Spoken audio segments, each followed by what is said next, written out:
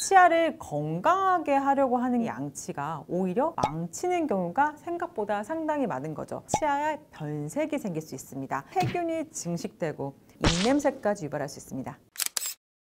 안녕하세요, 오보기 여러분. 오보기 언니 젊어지는 치과 대표연장 김지연입니다. 자, 치아 건강을 위해 가장 중요한 게 뭐죠? 양치질. 사람들이 양치질만 제대로 한다면 우리나라 치과 병원은 다 문을 닫지 않았을까요? 저도 이 자리에 없었겠죠?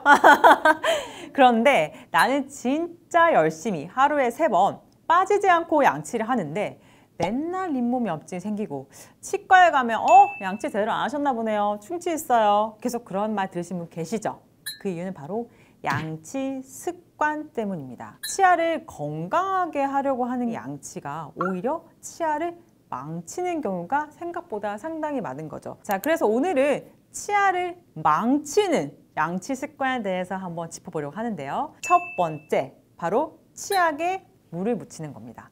치약에 물을 묻히게 되면요, 입안에 과도한 거품이 생길 수밖에 없거든요. 그렇게 되면 양치가 제대로 안 돼서 그냥 거품만 뱉다 끝나는 겁니다.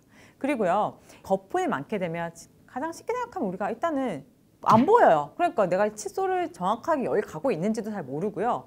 그렇기 때문에 양치를 제대로 할 수가 없는 거죠. 그뿐만 아니라요, 양치할 때 치약을 물에 묻히면 불소 같은 치약의 유효 성분이 다 희석이 되면서 효능이 많이 떨어집니다. 절대 물 묻히지 마시고 양치하시길 바랍니다. 자, 이번에 두 번째입니다. 두 번째는 양치하고 난 후에 바로 각을 하는 습관이에요. 양치와 동시에 정말 물을 묻히지 않는 사람들 있잖아요. 양치 직후 각을 하는 습관 정말 조심하셔야 됩니다.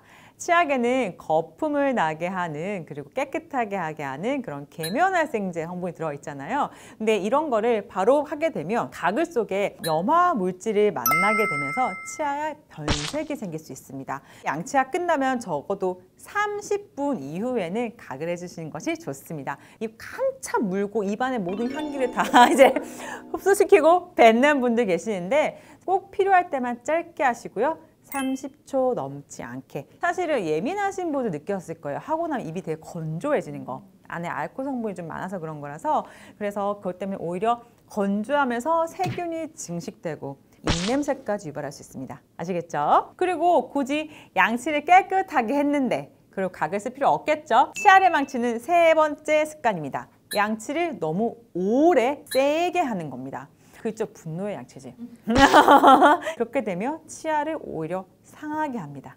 자, 양치는 너무 오래 할 필요가 없고요. 적당하게 하시고 치간 칫솔, 그 치실 사용까지 하고 마지막에 수압 세정기까지 하면요, 굳이 그 칫솔로 빡빡 하는 시간을 굳이 길게 할 필요가 전혀 없습니다. 아무것도 하지 않고 오직 양치질만 하시는 분들은 결국은 치아를 열심히 갈아내는 거죠. 양치는 치아의 표면을 닦는 게 아니라 치아와 잇몸 사이의 음식물이라던가 그리고 치태를 마사지 하듯이 제거하는 겁니다. 세게 할 필요 전혀 없고 살살 하라는 거죠. 네. 저 갑자기 궁금한 게 있는데 피디님 칫솔 어떻게 잡으세요? 그렇게 나름 그래도 잘 잡으시는 거. 작가님 어떻게 잡으세요? 저도 이렇게 주먹 사이에다가. 주먹이요? 연필 지지기 편하게 지고요. 이 상태에서 편하게 힘을 빼고 해주는 것이 부드럽게 움직여야 돼요. 다들 분노의 양치질 특징이 일단 이렇게 잡아요. 이렇게 하시는 건 안 되시고요. 펜 잡듯이 편하게 이렇게만 잡으시고요. 저는 사실 이 정도 가볍게 잡고 이 상태로 양치하시는 것이 가장 좋습니다. 자, 그런데 자꾸 이렇게 하시면 난 힘이 전혀 안 들어가는데요. 그래서 이렇게 하라는 거예요. 힘을 줘서 닦지 말라고. 아시겠죠? 그래서 이렇게 쥐고 있는 겁니다. 약한 힘으로 닦되 꼼꼼히 구석구석.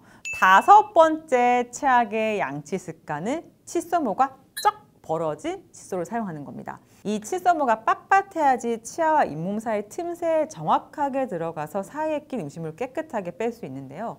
이게 벌어지게 되면 훨씬 더 넓어지죠. 그러면 이 벌어진 칫솔모가 절대 치아 사이사이, 잇몸 사이에 들어갈 수가 없습니다. 칫솔은 한 달에 한 번씩 바꿔주는 게 제일 좋으시고요. 그리고 간혹 나는 2달 정도 써도 많이 벌어지지 않는다 했을 경우에는요, 2달 정도는 쓰시되 그 이상 쓰시는 건 절대 안 되고, 만약 내가 가지고 있는 칫솔모가 좀 부드러워서 혹시라도 벌어져 있거나 한 게 보인다면 기간에 상관없이 반드시 바꿔주시는 게 좋습니다. 아시겠죠?